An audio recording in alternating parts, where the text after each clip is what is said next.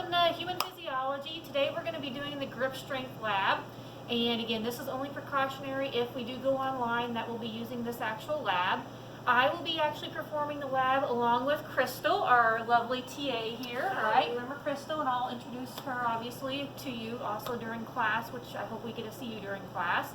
But anyway, this is Crystal.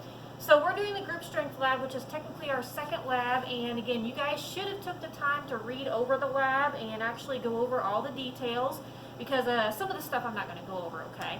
Just all the reading areas. So you guys need to make sure you read over everything. Okay, so one of the first things today is just looking at the hand and looking at the different surfaces. Again, you're going to look at the palm surface and kind of compare that to the back side and look at the differences, you know, calluses, the roughness. The other side, again, you have some hair, you have nails, etc. Then you're also going to predict how many bones are actually in the hand, including the wrist. Okay, so many of you that are in kinesiology probably are aware of this, but again, you guys can Google this and find this, but I can tell you it's somewhere between 20 and 30. I'll ask Crystal real quick, okay? Crystal, how many bones do you think are in my hand? I'll say 30. Okay, it's less than that. That's between 20 and 30. You guys can look that up, and that's one of the questions on your worksheet. Now, the next question asks how many students in the classroom are right-handed versus left-handed. Well, I'm a righty. Crystal, are you a right-hander or left-hander? I am a righty. Okay, we got two people. But again, let's pretend we have 24 students like we're in an actual class, and let's say we have two people that are left-handed, and then everybody else, again, 22. Our sample size, that stands for N, is 24. That's everybody in the whole class. But again, this is what we have. So what you guys need to figure out is actually the percentage of the people in the class that are actually left-handed, and you just have to do the math behind that. And that's, again, those directions are in the lab manual. Another part of today's lab is actually looking at finger length and seeing if there's a difference in finger length, okay, between males and females, and I'm sure you guys can predict that there are. And what we're going to do is take the ruler and we're going to measure middle finger right here, okay, from the base all the way to the tip, and we're going to use centimeters because, again, we need to use the metric system. Again, we're in a science class. It's all about centimeters.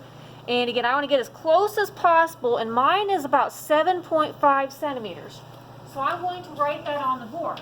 Crystal is going to take hers real quick with a ruler, and I'm going to write some pretend data up here for you guys, okay? So I'm going to give you some pretend data that you guys are going to use. And Crystal's also going to plug in hers.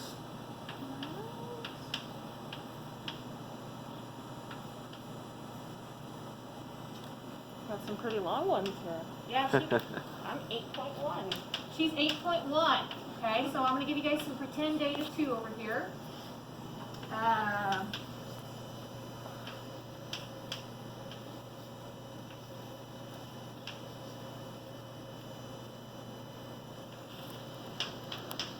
Okay, so you guys can use this data for your pretend data, and again, you're going to actually, that should be, again, that's two numbers, okay?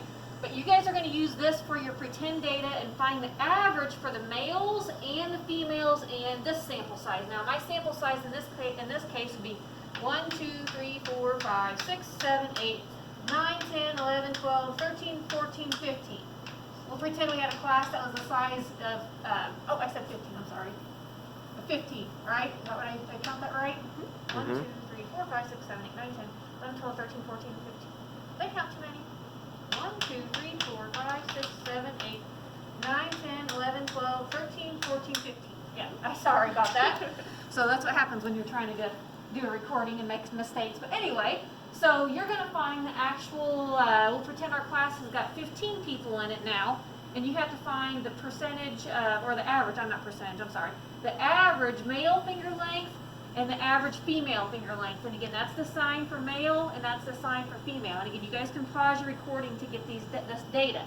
So again, I'll know whether or not you took the time to watch the recording, because again, you have to use this exact data. All right, so that's that part. Now, this is our first iWorks lab, guys. So we're going to be using various devices to measure various physiological events in this class, and that's all discussed in the introductory areas of your lab manual, so make sure you read over it. and learn about the different transducers, the computer, the data acquisition unit, and all that fun stuff, okay? Then you're gonna obviously learn how to set this up, but again, I have it set up for you, and also how to use the proper tools in this particular program. And what else? Let's see, again, you'll read over all the different tools you get to use. Again, hopefully you guys get to use them and learn how to set up different setups for in the LabScribe 3 program, and that's actually what's up here on the screen. Okay, so this is LabScribe 3 up here, and again, in your lab manual, it tells you what all those different tools are that are up there. Okay, and again, we're going to be using these throughout the semester. Okay, I'm hoping you guys get to use these. So make sure you check over all those and read those. Read about all those in your lab manual. Normally I have the class set up for you, meaning the computer's all set up for you when you come in. I normally have everything set up for you. But again, it's still a good idea to know about all these different tools, because again, if we're actually in a face-to-face class, you guys get to use all these, like the auto scale, the double cursors, the single cursors, the different equations, etc. So anyway, we're going to go ahead and do the lab for today, and we're going to do the grip strength lab, okay? So what I'm going to do is actually have everything set up for you, and give me 1 minute.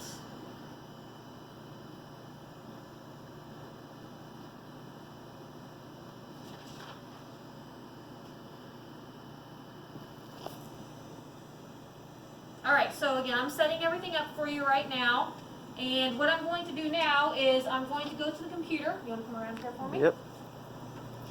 Okay. So what I'm going to do is I'm going to open the software, and you guys can see LabScribe 3 right here, okay? And I'm going to click on the settings, and I'm going to change a couple settings because we have a problem right here. This is in PSI, or pressures per square inch. We need to change that. We're going to change that to a percentage. So percent square, or percentage of your percent grip strength, okay? So what I'm going to do is I'm going to click settings, and I'm going to select grip, and I already did that, okay? And again, it's already set up for you, as you guys can see. And we have some other measurements on here that are important that I just want to point out.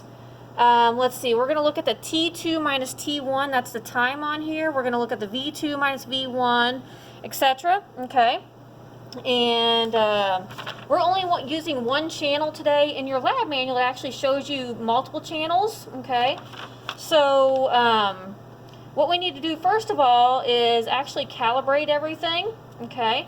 And what we're going to do right now is we're going to just I'm missing one button, guys.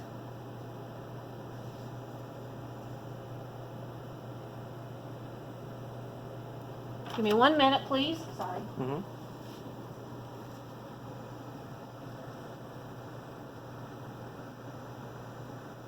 Okay, I remember what we were doing now. Sorry about that.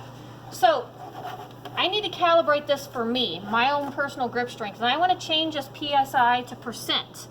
So I'm going to click record, and I'm going to squeeze the transducer. This is one of the transducers, guys. This is actually the gripper, okay? I'm going to squeeze as hard as I can, okay? And that is my result right there. And I'm going to click stop, okay? And you guys can see my grip strength, but I need to change that PSI to a percent grip strength, okay?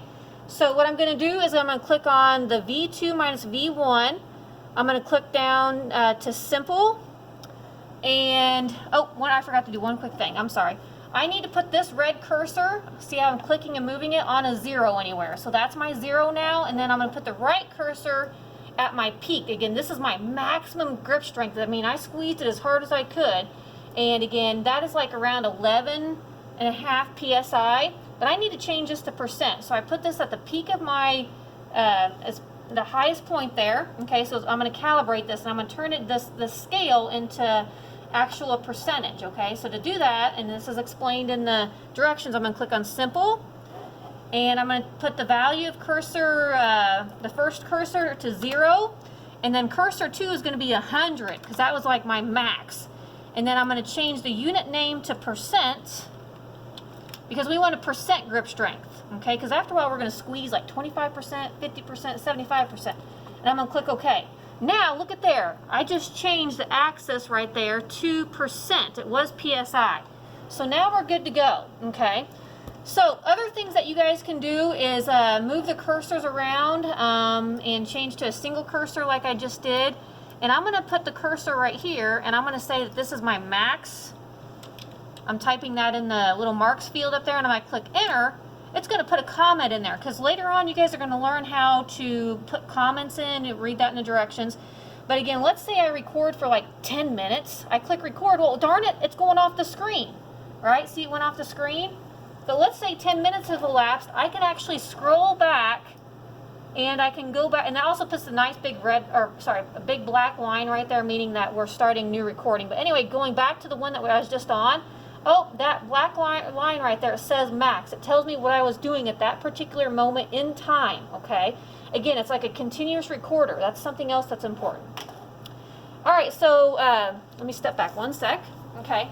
So again, you guys get to read through the directions and learn about all the different, you know, things that you can change and all the different buttons that you get to use. But the main part of the lab, guys, is actually the grip strength, okay? So it's just kind of the fun part where you're going to kind of test, you know, your grip strength. And I'm going to click record, okay? I'm going to do like a 25%. Oh, that's about, oh, no, actually, no, that's more. That's more like 50. Let me start over. So again, my scale is now at a percent. So I'm just going to do a 20, like try to do a 25%, which is about right there. And I can actually type in a comment too. I'm going to type in 25%. And I can do comments this way too. I put in 25%. And if I put enter, click enter, it puts a line there. And I'll say, okay, now I'm going to do a 25% squeeze. So I know that's a 25% squeeze. And again, this is kind of important for future labs, okay? Here's a 50% squeeze. I'm going to type in 50, click enter, and it puts in that comment. See, it's going on there, right there. And I'm going to squeeze about 50%, okay? So that's kind of the whole point of the beginning part of this lab, is just learning the different tools, etc. Now, the fun part of today's lab is actually doing the percent grip strength and comparing it with the group members. Again, normally I would put you guys in groups of 4, and every group of 4 individuals would sit at the computer, okay? And everybody is going to take their circumference of their forearm in centimeters, and I'm going to have Crystal help me with this. My circumference is actually right around 24 centimeters. She's going to take hers, okay? See what she gets about right there at the thickest part. Needs help? Yeah. Okay, let's see. Hers is about, oh, my bad. About 32, okay? So let me write that on the board real quick. Okay, so Crystal's is 32 centimeters, and what was mine? What did I say? 24? 24. 24, okay. So again, this is actually my circumference in centimeters, okay? Now what we're going to do is each take a turn with the computer to see our max grip strength. We want to see who the strongest individual is, okay?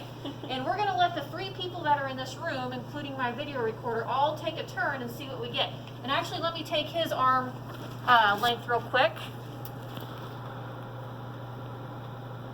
We're multitasking today. His is about 27. All right, so let's see who the strongest individual is. Okay, so I'm gonna click record. All right, ready? Here we go. Oh, I even got higher than I did earlier. That's about much as I can get. Okay, and again, that was mine, so I'm gonna stop that real quick. Oh, stop, darn. And I'm gonna scroll back just a little bit and put my name on there. That way I know that this is me, okay? So I'm going to take one of the cursors and scroll back to where I was at. Okay, and I can also squeeze this together. These little mountain buttons come in handy. And see, I'm squeezing everything together. So this was me, okay, right here. So I'm going to put one of my cursors in there, and I'm going to label this as Mrs. Dust right here.